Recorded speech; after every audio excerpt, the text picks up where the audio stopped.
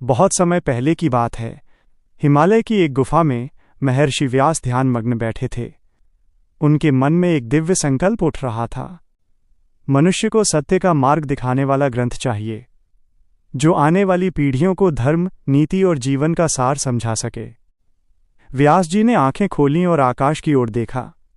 उन्होंने ब्रह्मा से कहा, मैं महाभारत रचना चाहता हूं, पर कोई ऐसा चाहिए जो मेरी वाणी को शुद्ध भाव से लिपिबद्ध कर सके। ब्रह्मा मुस्कुराए। गणेश को बुलाओ, वे तुम्हारे भावों को शब्द देंगे। गणेश जी आए। उन्होंने प्रणाम किया और कहा, मुनिवर, मैं लिखने को तैयार हूं, पर एक शर्त है। मैं लिखना तभी रोकूंगा जब आप बिना रुके बोलते रहेंगे। व्यास जी ने भी मुस्कुराकर कहा, और मेरी भी एक शर्त है। जब तक तुम अर्थ को पूरी तरह समझ न लो, तब तक लिखना नहीं। दोनों ने एक दूसरे को प्रणाम किया और फिर आरंभ हुआ महाभारत।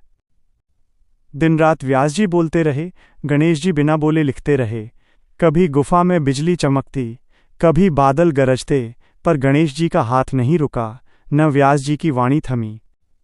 महीनों बाद जब ग्रंथ पूरा हुआ, व्यास जी ने कहा, गणेश जी, मैंने 24 लाख शब्द बोले, पर आश्चर्य है, आप पूरे समय मौन रहे, कुछ भी नहीं कहा। गणेश जी मुस्कुराए। बादरायण, बड़े कार्यों के लिए बड़ी शक्ति चाहिए, और शक्ति का मूल है संयम।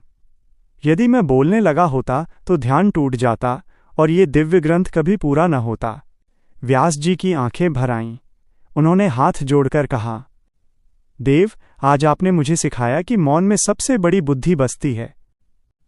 उस दिन से व्यास जी ने अपने शिष्यों को एक ही मंत्र दिया, जो वाणी, मन और कर्म में संयमी है, वही सच्चा योगी है। अगर आपको ये कहानी पसंद आई हो तो वीडियो को लाइक करें और चैनल मॉरल स्टोरी वर्ल्ड को सब्सक्राइब करें। नई प्रेरणादायक कहानियां जल्द मिलेंगी।